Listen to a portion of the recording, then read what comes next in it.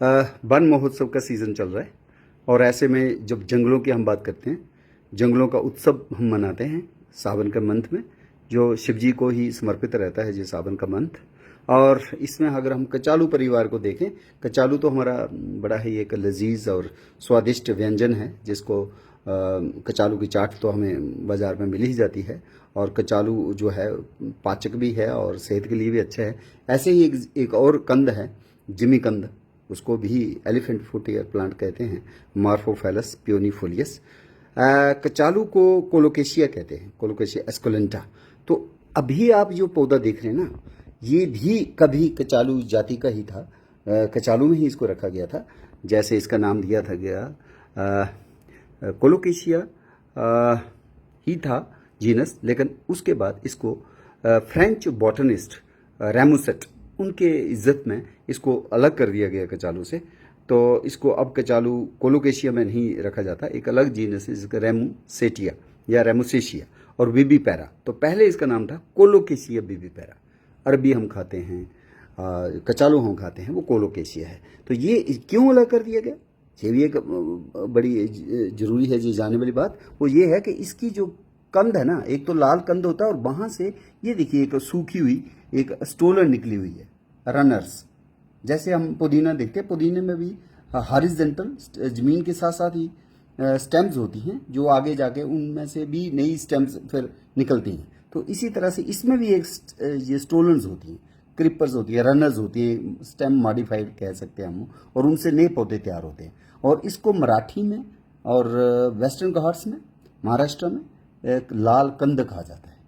और इसकी जो खास विबीपेरा नाम क्यों है, विबीपेरा नाम इसलिए है कि ये जो रनर्स हैं, इसमें से ही कुछ बुलबिल्स उठाए हुए स्टेम निकलती है, उसको हम देख सकते हैं नवंबर दिसंबर पतझड़ के मौसम में।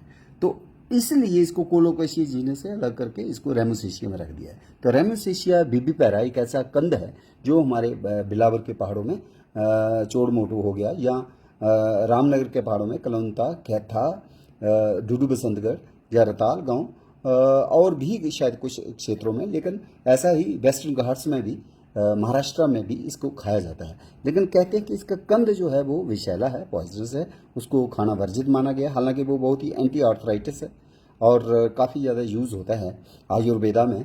और आजकल तो कहते हैं इसका जो म्यूसिलेज है ना, वो बहुत ही काम की चीज़ है। फार्मास्यूटिकल इंडस्ट्री में कई टेबलेट्स के लिए वो म्यूसिलेज चाहिए होता है, तो उसके लिए इसको सिंथेटिक म्यूसिलेज से बेटर माना जाता है ये नेचुरल म्यूसिलेज जो इसके कंद से निकलता है। तो वो महत्व तो है ही, लेकिन खाने के लिए सिर्फ इसकी जो स्टेम्स है ना, ये आप स्टेम्स देख रहे हैं, तो इसके स्टेम्स को जो है उसको थोड़ा थोड़ा पील किया जाता है। ऑर्डिनरी पीलिंग होती है, थोड़ी थोड़ी स्लाइट, ताकि उसमें जो थोड़ा सा जो कसालापन है और बिटरनेस है उसको दूर कर देते हैं।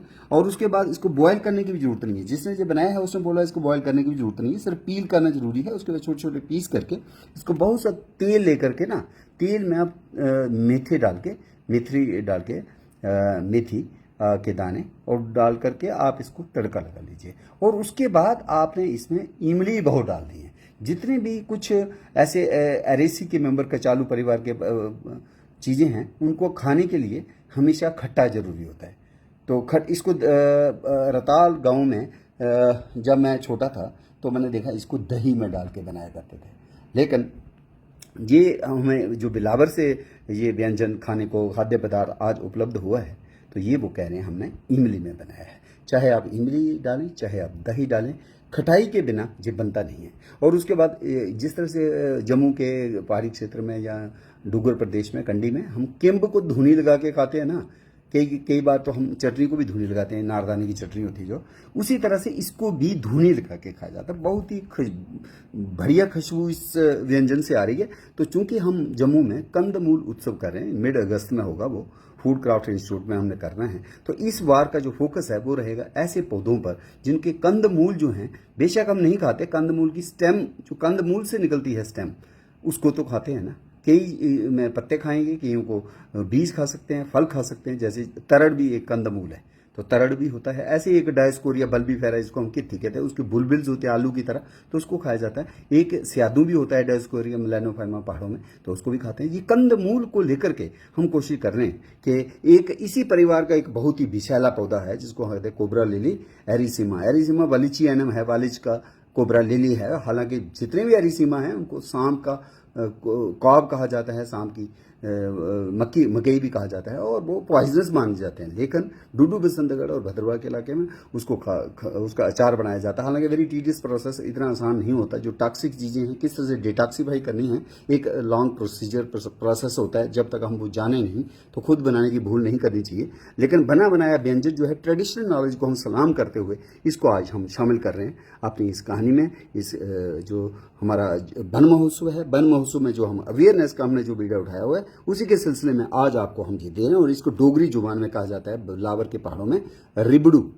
तो ये क्या है वनस्पति? देखिए किस तरह से लोगों को एक ज्ञान है और लोकल डोगरी नाम इसका गढ़ा हुआ है। ये क्या है? रिबड़ू। तो कहीं कचालू से भूल मत करना, अरबी से भूल मत करना, या किसी और पौधे से इसको आप मत। और अंग्रेजी में इसका नाम है हिच हाइकर्स प्लांट, और साइंटिफिक नाम आपको बता दिया, बोटानिकल रेमोसेशिया विविपेरा हिच हाइकर्स।